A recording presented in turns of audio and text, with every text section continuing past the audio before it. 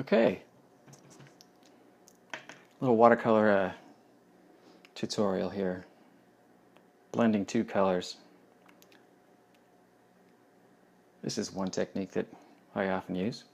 I've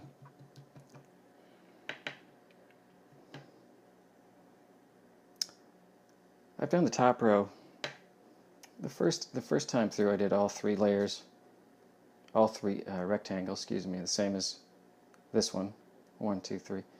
I've gone through on the second and the third and done a second layer of this blended color technique, and I'm gonna right now go back in from a mix from yellow to yellow orange blend on this second and third rectangle here, sort of a second pass, a second layer. I've got a little color pre-mixed.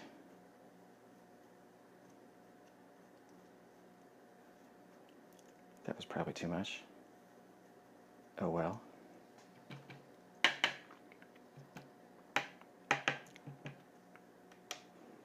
Go back and find some fresh yellow. Basically what I'm going to do is wet down this wet down the rectangle first with a light yellow, and as I after I finish the shape, I'll drop in a little bit of the orange color, and I will sort of lift and pick up to my painting board to help facilitate the blending.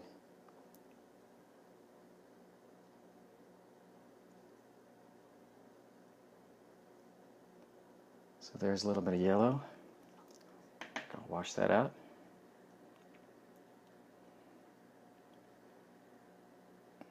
That quinacridone rose I'm using is pretty strong. So there's a little bit more orange. And I know I've said to use your smaller brush for this part.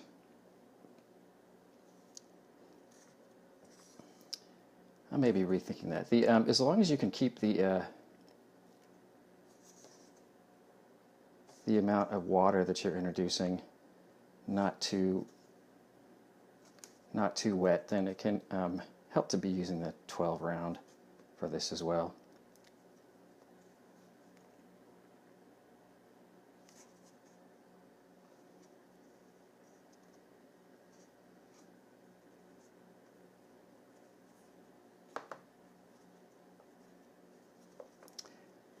The point about using the smaller brush is so that you can bring in stronger pigment without bringing in a bunch more water. So I will do that here, a little bit lower, because I don't want to, this brush won't hold very much water. A little bit at the tip there, which is annoying, but I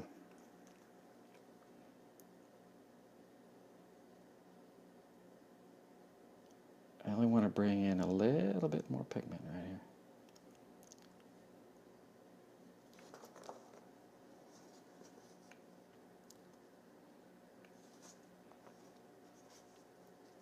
Something like that.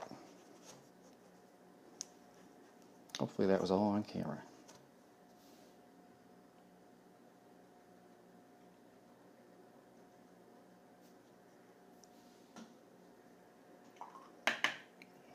I know that this shape is still plenty wet, so I can go and sort of clean up the edges a little bit.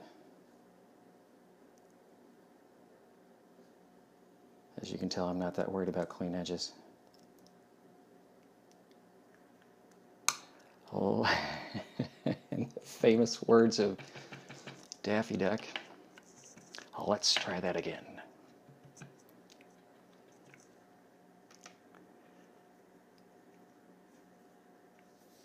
Light yellow.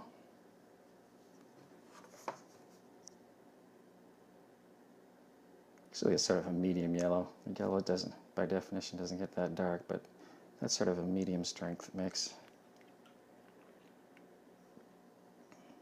There's a little bit too much color, so I'm bringing in a little bit more water.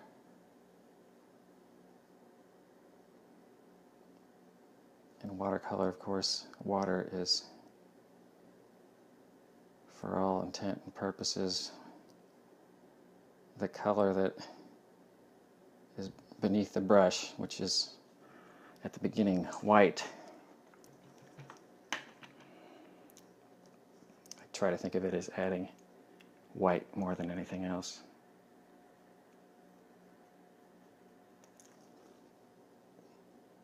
Let's try this again. So you see, with this brush, it is a little bit harder to control if you bring in too much water. As long as you're still sort of making sure that the overall distribution of moisture in the shape that you're working in is not getting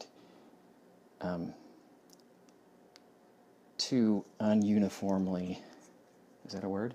Ununiformly dry, then you should be fine. Should be, the old should be. I am going to mix up a little bit of stronger of this orange color and use my, it's kind of, it's a really pretty color. It's, with this quinacridone rose, it's sort of, the orange really kind of makes kind of a salmon color, which I happen to think is quite beautiful. We'll get more into color theory stuff and talk about how different reds will, and different yellows will mix different oranges.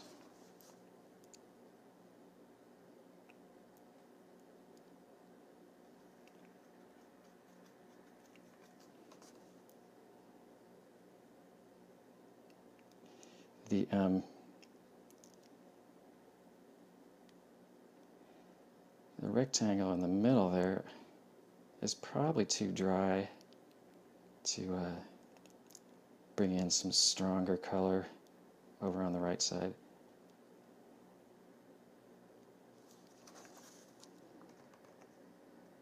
So obviously those two aren't exactly the same. Normally I wouldn't try to paint one shape and move it around while another shape was still drying, because every time, you know, I move this around, it's going to affect anything that is not dry. So that can impact how this shape dries as well. I'm not so worried because this is mostly just studying to see how these colors interact.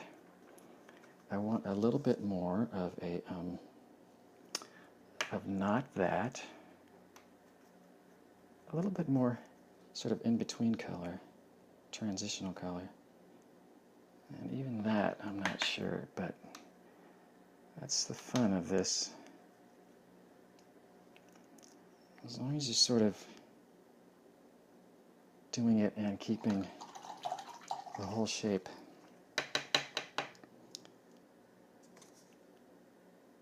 like I said, not too ununiformly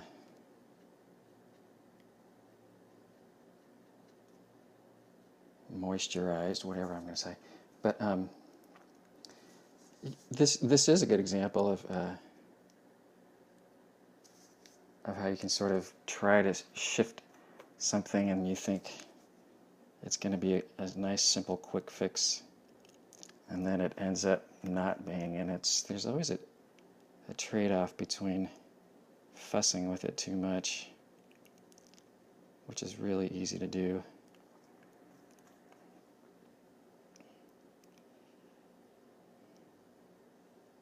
versus getting it relatively close to what you want it to be and then letting it dry and taking care of whatever color change you may want to make color or value change you may want to make in the next additional layer.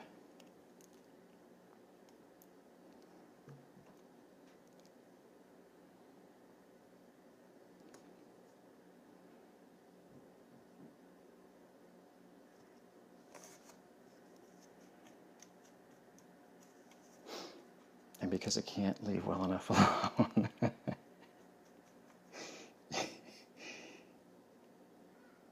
I'm going to add even a little bit more rose down here. I love getting really intense transitions of color and value of color.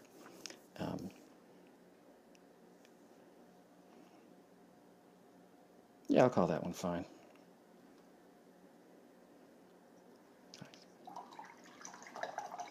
See, there was a little blurb. Let me see. What if I tried to at least do that?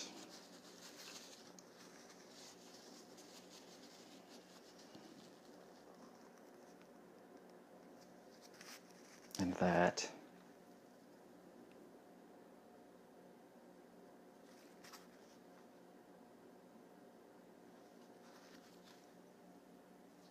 Good enough for now.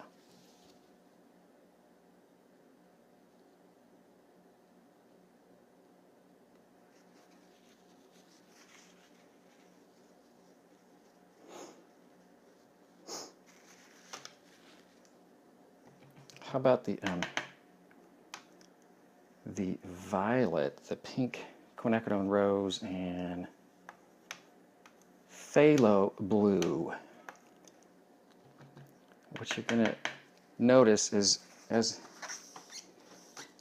one of the reasons I like to start with just 3 colors is to mix a lot and sort of debunk the notion that you can make any color that there is from just 3 colors. I hear that a decent amount, and I happen to know it's not true. Maybe it is true, and I just don't know how to do it. Either way, the phthalo blue has a little bit of green in it. It's sort of leaning. It wants to be, wow, excuse me, on the green side. And if you know your color wheel at all, you'll know that green and red are complementary colors, opposite on each other on the color wheel. And any complementary colors, when mixed together, will dull each other out to the point where they'll make a grayish, brownish color, depending on how much of each you have. So later we're going to learn to the blue that I would normally use if I really wanted a vibrant, pure violet color is ultramarine blue. But I also am a fan of starting with a few things and getting good at those and learning how to use those and then moving on, as opposed to getting overwhelmed by a bunch of different things and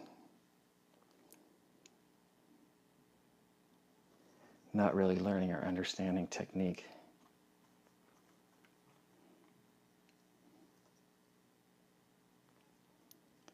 I may have cheated right there. I sort of brought in some violet before I finished the entire shape. And I'm kidding when I say cheated, obviously, but that is, once you start getting more comfortable with gradually mixing in a little bit of color, that really is oftentimes how I will do it. I will start with the lightest color that I know I'm going to use, and then just slowly start transitioning as I go further down the shape. And when I say down the shape, I'm right-handed and usually just sort of start from upper left to lower right. Once again, this is bringing in a lot of water, but I'm okay with that.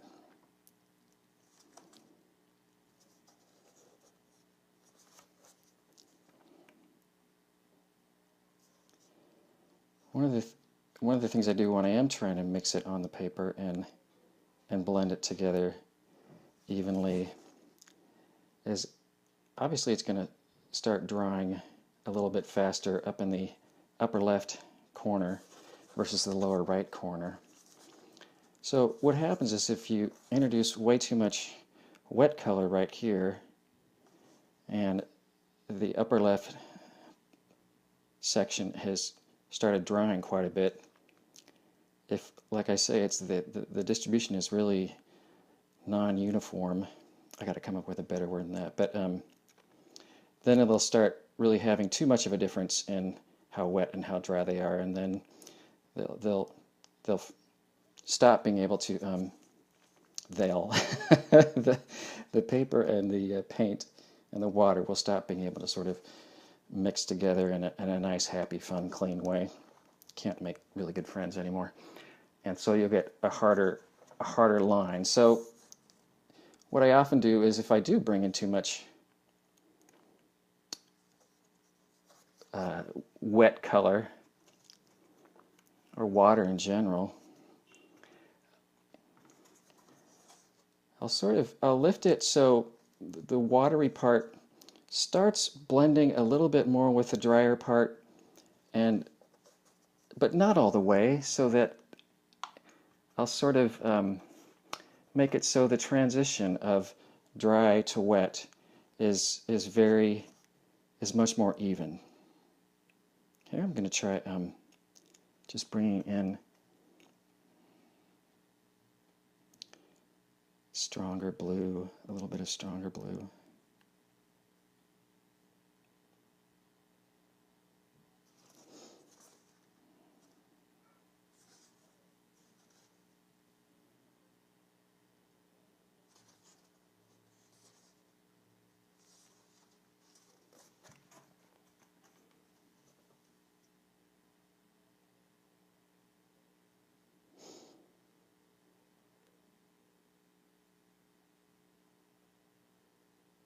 Kind of doesn't want to be actually violet color, huh? But it kind of does.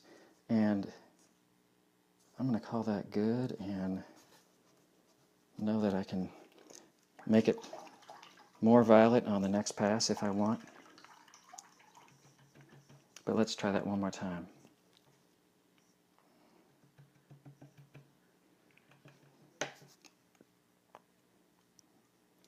Let's see, what did I do? Yeah, a little bit of light Quin Rose.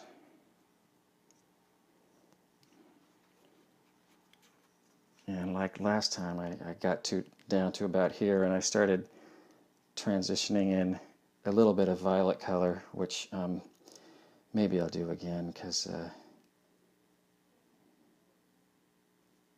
that's the advanced way to do it, and I'm sure you're advanced at this point.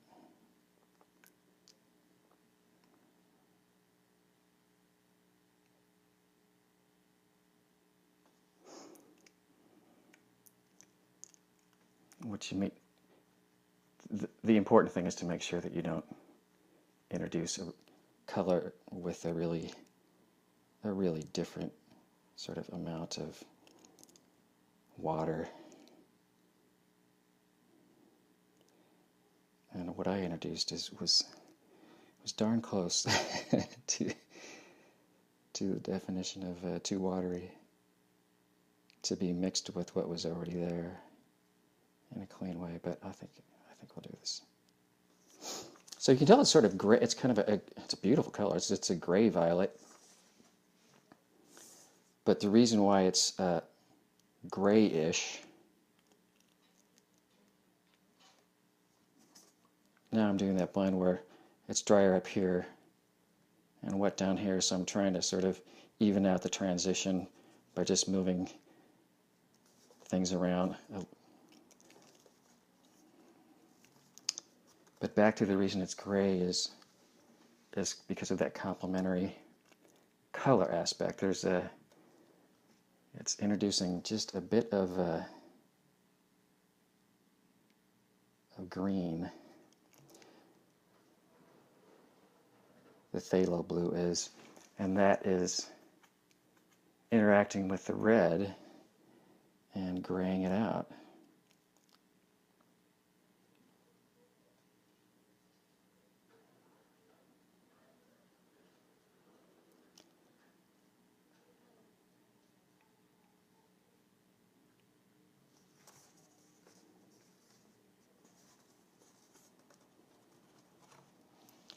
Let's see how that dries.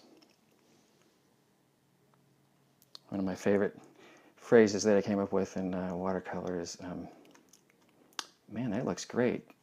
Too bad it won't dry like that. And unfortunately it's true, but I think as often it's like, wow, it dried like that. Cool. I could have never thought of that. So I'm just trying to clean up that shape a little bit.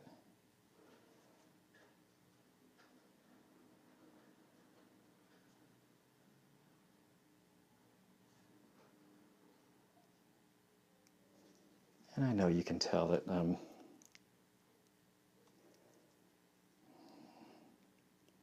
trying to sort of extend the shape, and it shows. Depending on how much I care about that, I might go in and try to adjust or